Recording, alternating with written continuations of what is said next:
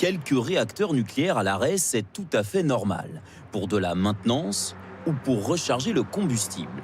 Mais actuellement, sur les 56 réacteurs en France, 12 le sont pour des contrôles de corrosion du jamais vu. Alors que se passe-t-il? En fin d'année dernière, cette corrosion a été détectée sur une tuyauterie essentielle à la sûreté des réacteurs. En cas d'incident grave et de surchauffe du cœur, de l'eau doit pouvoir y être injectée à haute pression. Pour s'assurer de la solidité des soudures notamment, il faut arrêter tout le réacteur. Donc la soudure, vous la voyez ici, donc entre deux bouts de tuyauterie. On cherche à voir s'il y a des micro-fissures, s'il y a d'éventuelles imperfections dans l'assemblage. Combien de temps pour réparer? 5 mois. Un arrêt très long, cette tuyauterie se situe au pire endroit.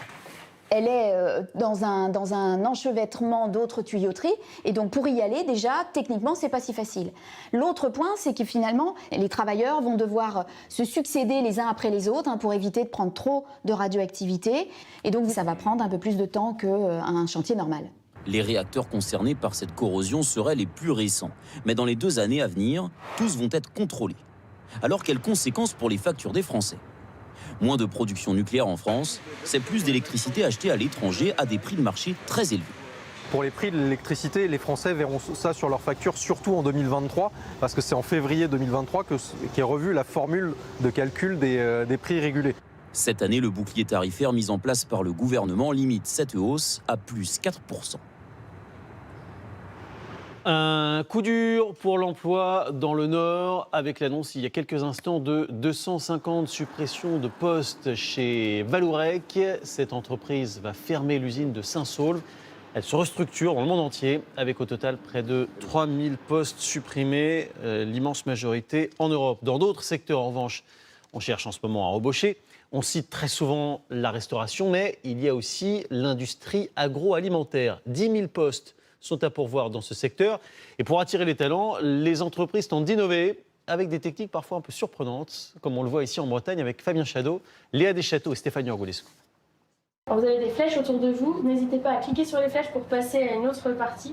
Contrairement aux apparences, cet homme n'est pas en train d'essayer un jeu de réalité virtuelle. Et du coup, est-ce que c'est un métier qui peut vous intéresser, la maintenance? Derrière son masque, il découvre en 3D les chaînes de fabrication d'un groupe agroalimentaire qui aimerait l'embaucher. Cette entreprise a tellement de mal à trouver des candidats qu'elle va les chercher sur les parkings de supermarchés. Parfait.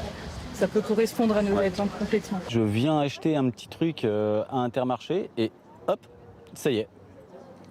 On me propose un emploi. Vous y attendiez ou pas? Pas du tout. Pas du tout. Le groupe a 300 postes à pourvoir, rien qu'en Bretagne. Dans l'un des sites de production spécialisés dans les plats préparés, le directeur d'usine cherche désespérément une vingtaine de personnes. Il a même augmenté de 2,1% les salaires en mai pour atténuer l'inflation. On essaye de toutes les pistes au niveau recrutement, que ce soit par les agences de travail temporaire, les recruteurs, les écoles. Sa solution, proposer des CDD, voire un CDI à ses intérimaires. Ils m'ont proposé d'être formé et après d'être conducteur de machine. Ça a pris combien de temps la formation? À peu près 1 mois. Même difficulté chez les concurrents. Donc c'est là qu'on garnit les quiches. Cette usine de tartes surgelées doit recruter 9 personnes. Pour séduire les candidats, dès le premier contact, ce patron mise sur la convivialité et la proximité. Emmanuel, ça va? On va tutoyer les gens, typiquement. Avant, on les vous voyait, aujourd'hui, on les tutoie. On va annoncer le salaire en direct. On va mettre des photos de ce qui va se passer pour que la personne elle se projette vraiment dans son boulot. Il compte aussi sur les réseaux sociaux, sur lesquels il va prochainement publier cette photo.